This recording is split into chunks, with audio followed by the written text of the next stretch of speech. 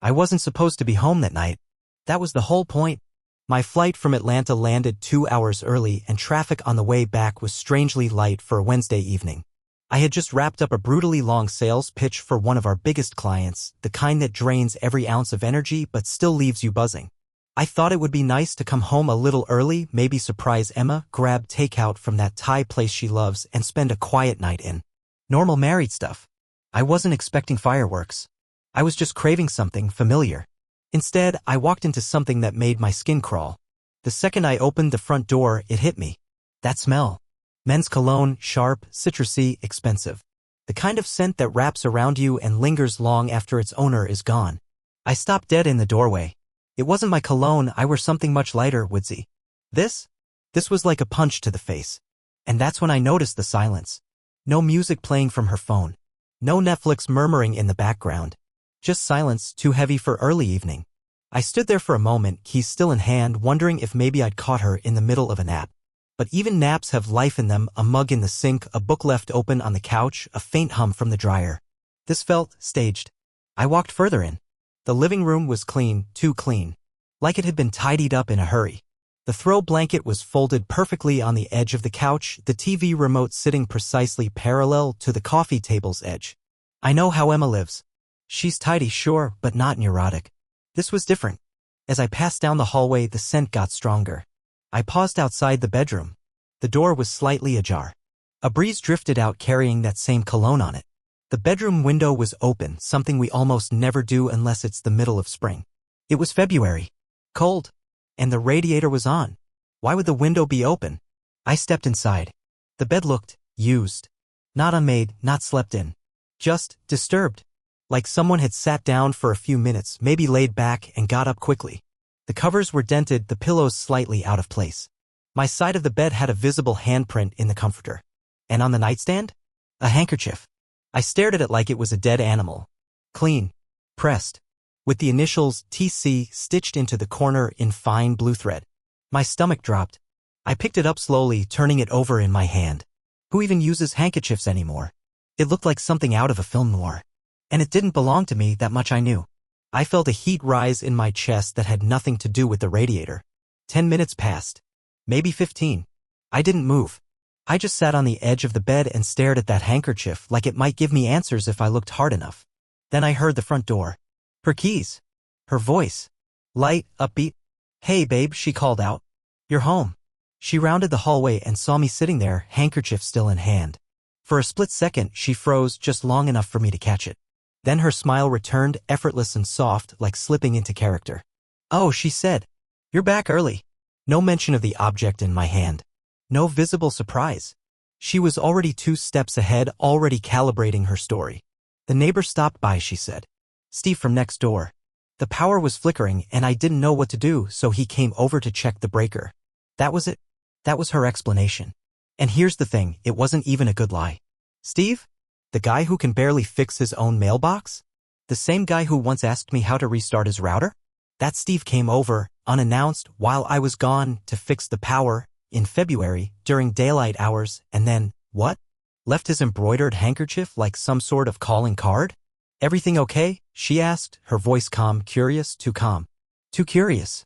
"Yeah," I said slowly, folding the handkerchief in half and setting it down. "Just tired." She kissed the top of my head, ruffled my hair like I was some kid coming home from soccer practice. I didn't flinch. I didn't confront. I didn't ask questions. Because I already knew. Something had shifted.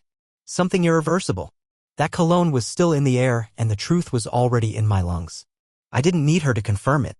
The lie had already done its job. That night, we had dinner like everything was fine. She made pasta. She poured wine. She told me about work, a coworker's promotion, a new client from Chicago. Her eyes were animated, her voice warm. She even reached across the table to squeeze my hand. But it was all just noise. I stared at her and saw someone I didn't recognize. Not a stranger exactly, just someone playing the role of my wife. The mask was perfect, but the timing was off. I watched her talk, and all I could think was, how many times has she done this before?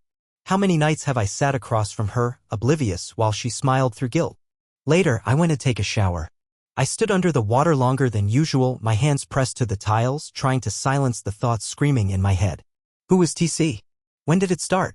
Was it someone I knew? Was it Steve? No. That didn't fit. The handkerchief was too refined. Too deliberate. Steve was a beer and football guy.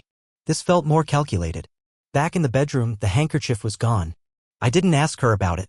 She was already in bed, scrolling on her phone, the same as any other night.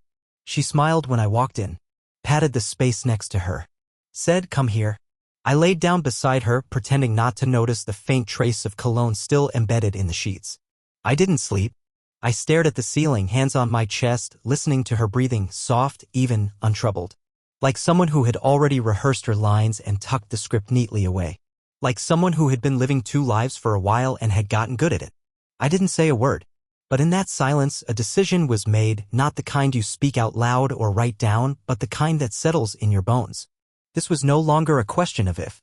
It was a question of when. And deep in my gut, I knew tonight was the beginning of the end. After that night, nothing really changed on the surface, not right away. Emma still kissed me goodbye every morning. Still texted me sweet little updates from work. Still laughed at the shows we binge-watched together. From the outside, we looked like a perfectly normal couple. Maybe even happy. But everything felt off. It's like I woke up from a dream I didn't know I was having. Once you see the crack in the glass, you can't unsee it. That cologne, that handkerchief, her calm lie, they opened a door in my mind. And once it was open, the memories came pouring in. Things I had dismissed as quirks, coincidences, stress, they all took on a different shape. She used to go to the gym in the mornings. That was her routine. Yoga, then smoothies, then a quick shower before work. But sometime last year, I couldn't even pinpoint when she started going at night. "It's quieter," she said. "I can clear my head better." I believed her. Why wouldn't I? It made sense. Except now, I was remembering how she'd always come back glowing, not just from a workout, but glowing. Fresh lipstick, a different perfume than the one she used that morning. Once or twice, I joked about her working out in full makeup. She laughed it off. Then there were the passwords. She used to be terrible with them. Always asking me to reset something for her, or calling out from the living room, "Babe, what's our Hulu login again?" One day, out of nowhere, she became ultra-private. Changed all her passwords, added Face ID to everything. When I asked, she said it was because of a phishing scam at her office. They told everyone to tighten up their accounts. Reasonable. Plausible. And yet, not the whole story. She started taking longer to respond to texts. Said she was super slammed at work. Sometimes hours would go by with no reply. But then I'd check her socials and there'd be a new story, her sipping wine with coworkers, laughing over sushi at a place I'd never heard of. Girls' nights, she said. Lots of them. More than usual. She never used to go out on weeknights. Now it felt like every Thursday or Friday was, "Oh, I'm meeting Jenna," or "Chelsea's birthday," or "Nora just needs to vent." Always someone.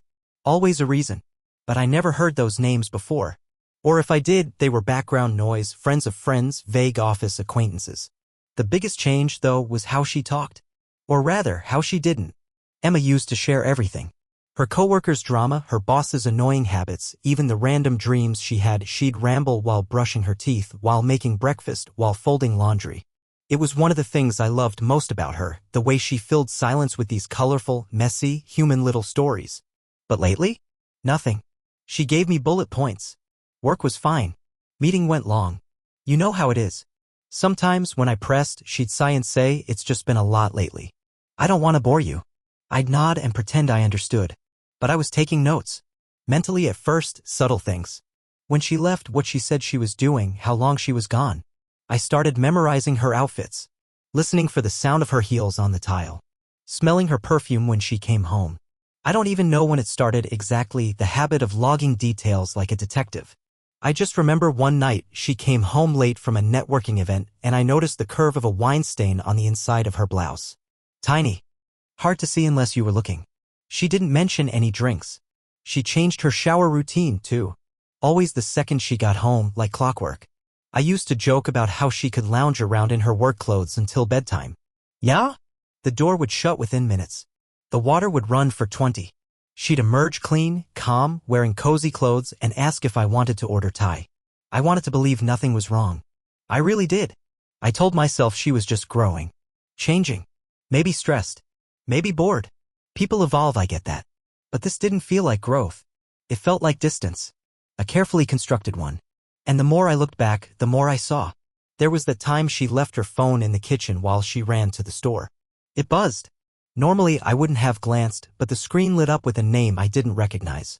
Just that. A single letter. And the preview of the message read, "Last night was before it cut off." I stood there, staring at it. My fingers hovered. I didn't touch it. I couldn't. But my stomach dropped. Later, when I asked casually if she'd heard from Jenna that day, the person she claimed to be with the night before, she nodded quickly. Too quickly.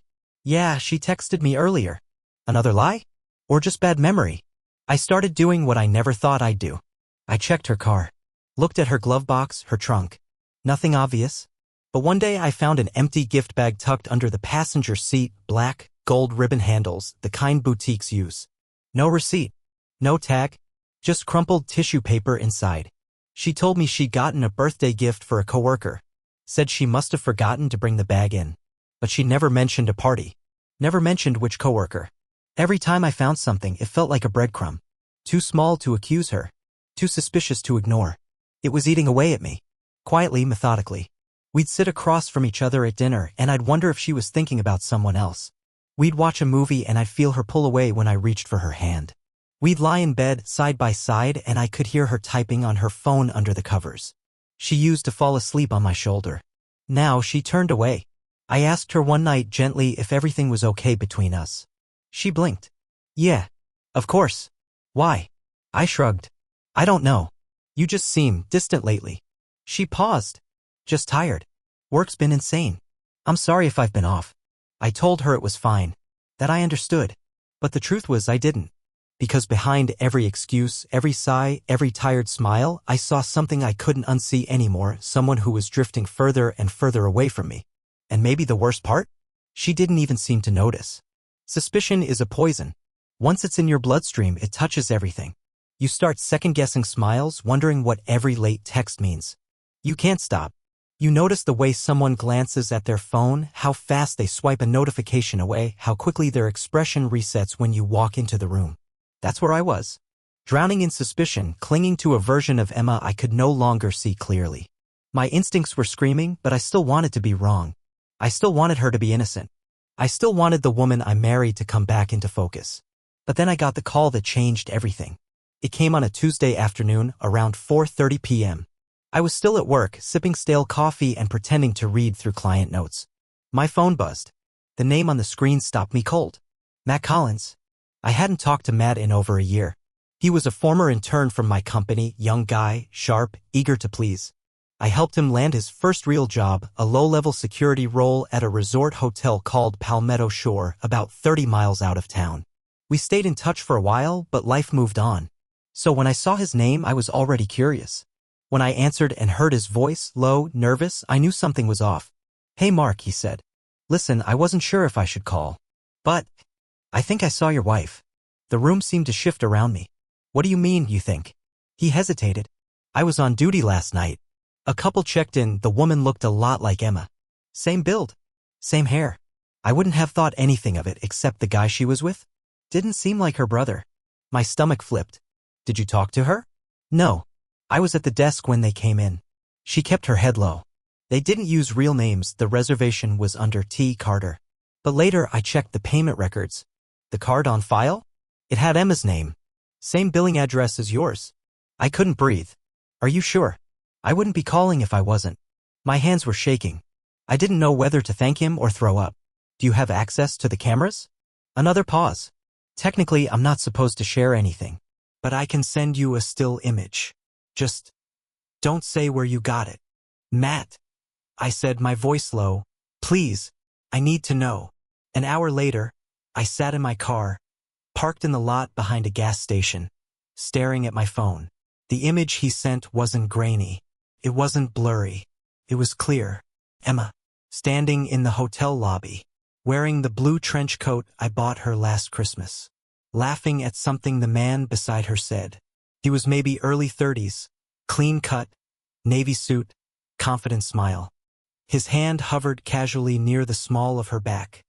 Too close to be a stranger. The timestamp read 9:13 p.m. The night she told me she was meeting Jenna for drinks. I didn't cry. I didn't scream. I just stared at the image until the screen dimmed. The next day, I drove out to Palmetto Shore. I didn't tell Emma I was leaving early. I took a half day from work, wore a plain jacket, no wedding ring. I wasn't there to make a scene, I just needed confirmation. The lobby smelled like cedar and lemon, artificial calm. The girl at the front desk smiled politely as I approached. "Can I help you, sir?" "Yeah," I said. "I think I may have left my wallet here.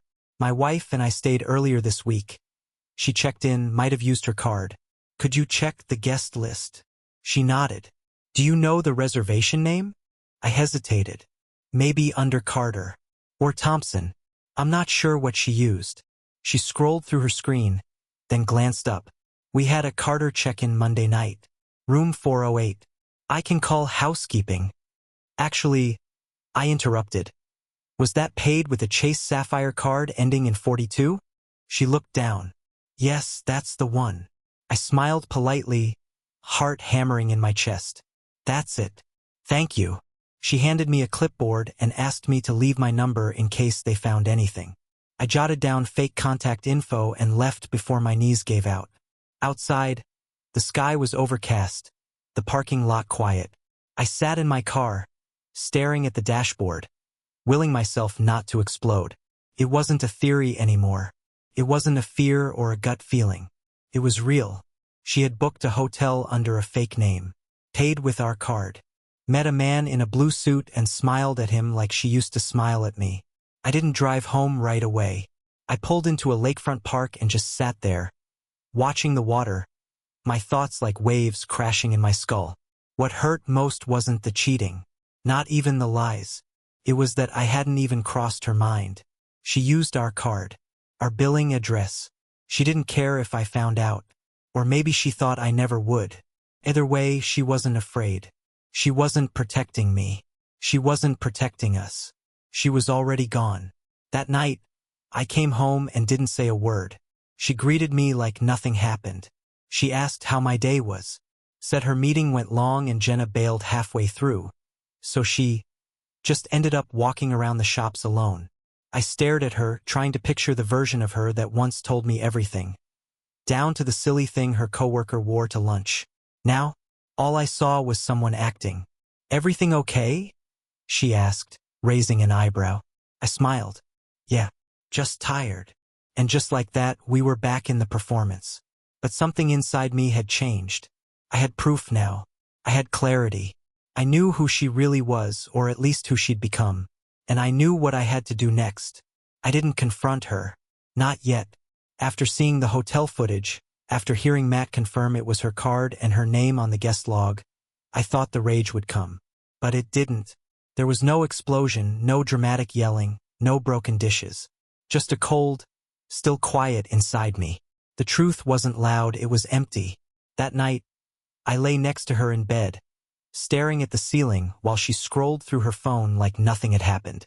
Her thumb moved lazily across the screen, probably texting Jenna or Chelsea or whoever she used as her cover that week. I didn't care anymore. Not about the lies. Not about the man in the blue suit. I'd moved on to something else. I was planning my exit.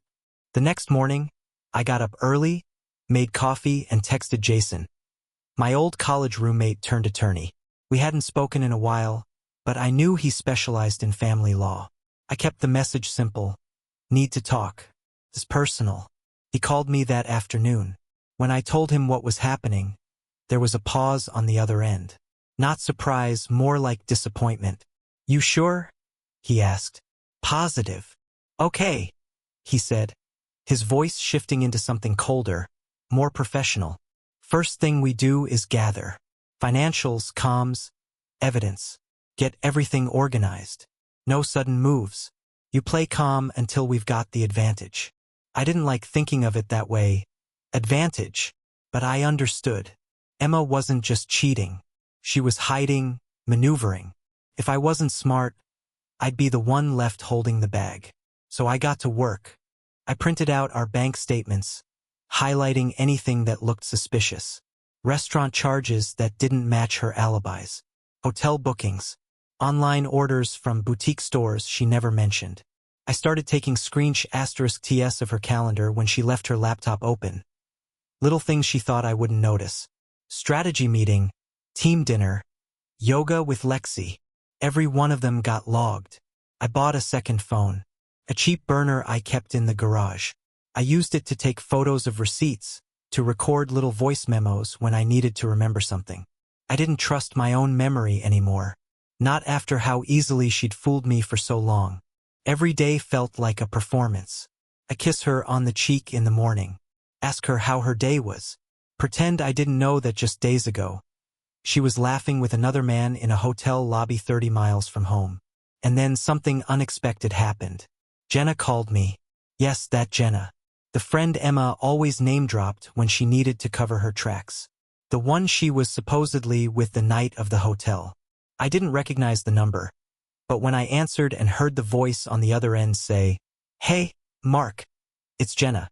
I know this is weird." I almost dropped my phone. "What's going on?" I asked, trying to keep my voice steady. "I don't know how to say this," she said, "but I think you need to know the truth. Emma's not who she's pretending to be. Not lately." I was silent. "She's been using me as a cover. For months. Every time she says she's with me, she's not. I didn't want to be involved, but I can't keep lying to you." I sat down at the kitchen table, my head spinning. "Why now?" I asked. "Why tell me?" "Because she told me she's planning to file first. She said you've been distant, cold, and that she's going to make it look like you're the problem. That you've been spying, controlling." I didn't believe her at first, but she's serious, Mark. She's trying to make you the villain. There it was, confirmation that this wasn't just betrayal. It was strategy. She wasn't just cheating. She was preparing her own version of the story. Her own *P***nice truth. Jenna told me everything, the fake girl nights, the time she covered for her, even the names of places Emma had mentioned. I wrote it all down, thanked her, and hung up the phone. That night, I didn't look at Emma the same way. Not because of what she'd done, but because of what she was planning to do. This wasn't about saving our marriage anymore. It was about protecting myself from the fallout of her lies. She wanted to burn the house down and walk away with clean hands. She wanted me to look like the angry husband, the paranoid wreck who couldn't let go, the kind of man people whisper about in courtrooms and brunch tables. But she underestimated me. I wasn't angry. I was focused. Over the next 2 weeks, I built a case. Jason helped me draft the early documents. Everything was lined up. Income, assets, proof of infidelity, text records, hotel receipts. I even found a few suspicious Venmo payments to names that didn't appear anywhere else in her contacts, like she was trying to keep things off the grid. I changed the passwords on all joint accounts, moved my direct deposit to a private bank, froze our home equity line. I wasn't spiteful, just smart. If she wanted war, she wasn't getting the first strike. And still, every morning she smiled. Every evening, she asked what I wanted for dinner. Every weekend, she floated the idea of a beach trip or a wine tasting with friends. It was almost impressive. I started watching her the way you watch a stranger in an airport. Polite distance, false familiarity. She moved like someone with secrets, always quick to lock her phone, always stepping outside for quick calls. She smiled too much, laughed too easily. Everything was just a little too perfect. Then came the final piece. Jason suggested we collect formal proof of her ongoing affair before moving forward with serving papers. Something visual, time-stamped, undeniable. So I hired someone. Not a private eye with a trench coat and camera. Just a guy with a license and a camera with a zoom lens. Quiet, discreet, professional. 2 nights later, I got a Dropbox link. Photos. Dozens of them. Emma. Getting into the same navy blue sedan that dropped her off at the hotel. Emma. At a quiet cafe downtown. Sipping wine with Mr. Blue's suit. Their hands brushing across the table. Emma. Kissing him in the parking lot. Her arms around his neck like it was the most natural thing in the world. I stared at the images for hours. Not crying. Not fuming. Just stunned. Not by what she did, but how easy she made it look. She wasn't unsure. She wasn't lost. She was happy. She had moved on. And she thought I was too blind to see it. But now I did. I printed out the photos and tucked them into a folder. I added it to the pile on my desk: financials, call logs, testimony from Jenna, hotel receipts. Every page a reminder that I wasn't crazy, that the man she thought she could outmaneuver still had a spine. I didn't sleep that night. Not from grief, not from anger. From clarity. The next step wasn't a confrontation. It wasn't a fight. It was a dinner. And she'd never see it coming. I planned the dinner like it was a proposal.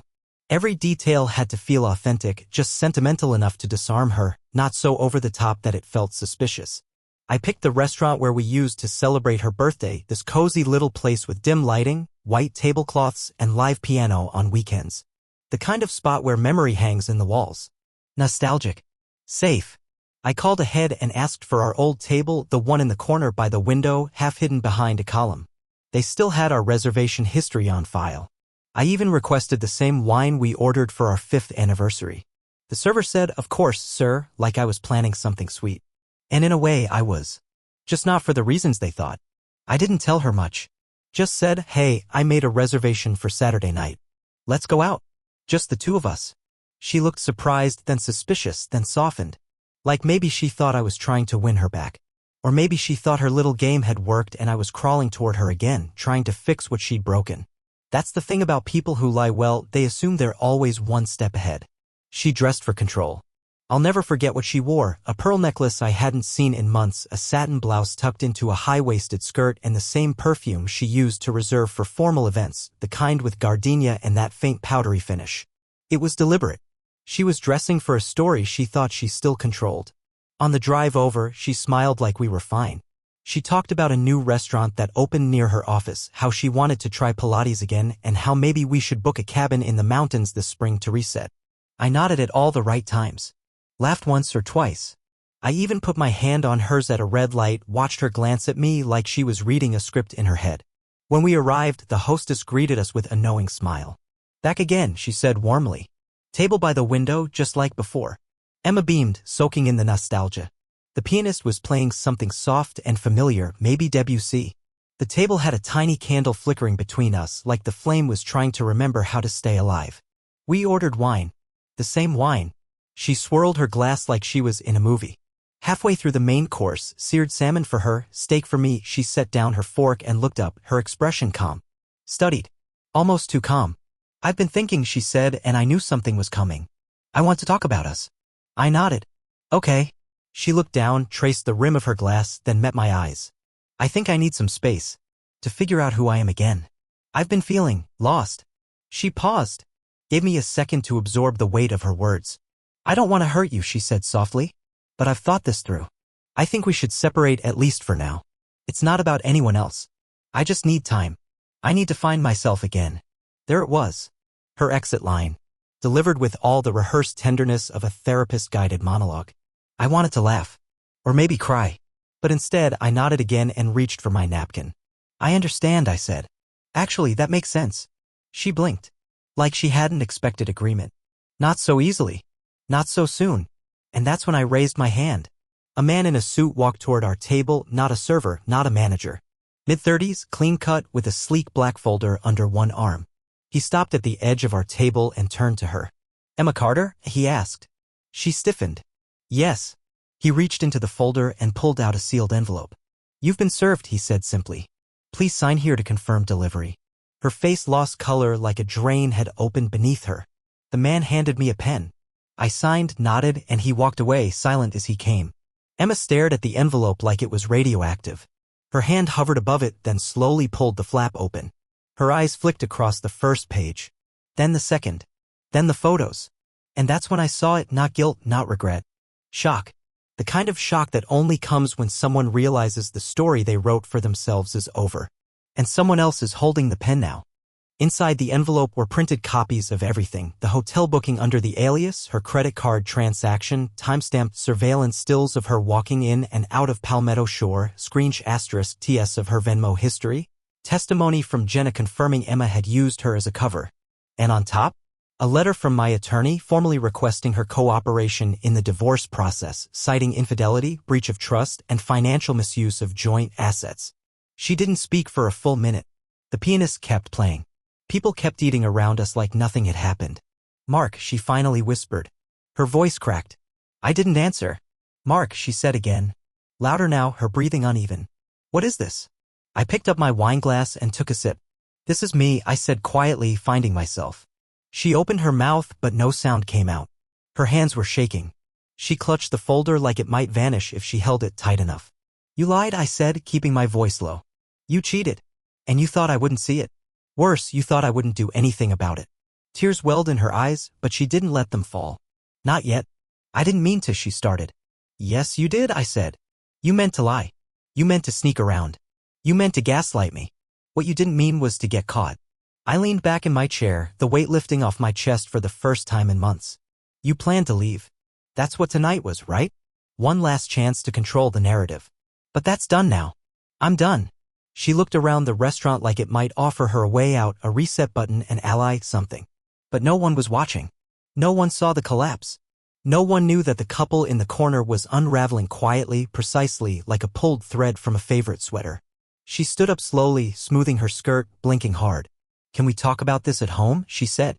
I stood too. Picked up the folder. Handed it back to her. No, I said. We're done talking. From here on out, let your lawyer do the talking. She stared at me. Her eyes begging for something: pity, patience, mercy. I gave her none of it. And then I walked away. Out the door. Into the night. I didn't look back.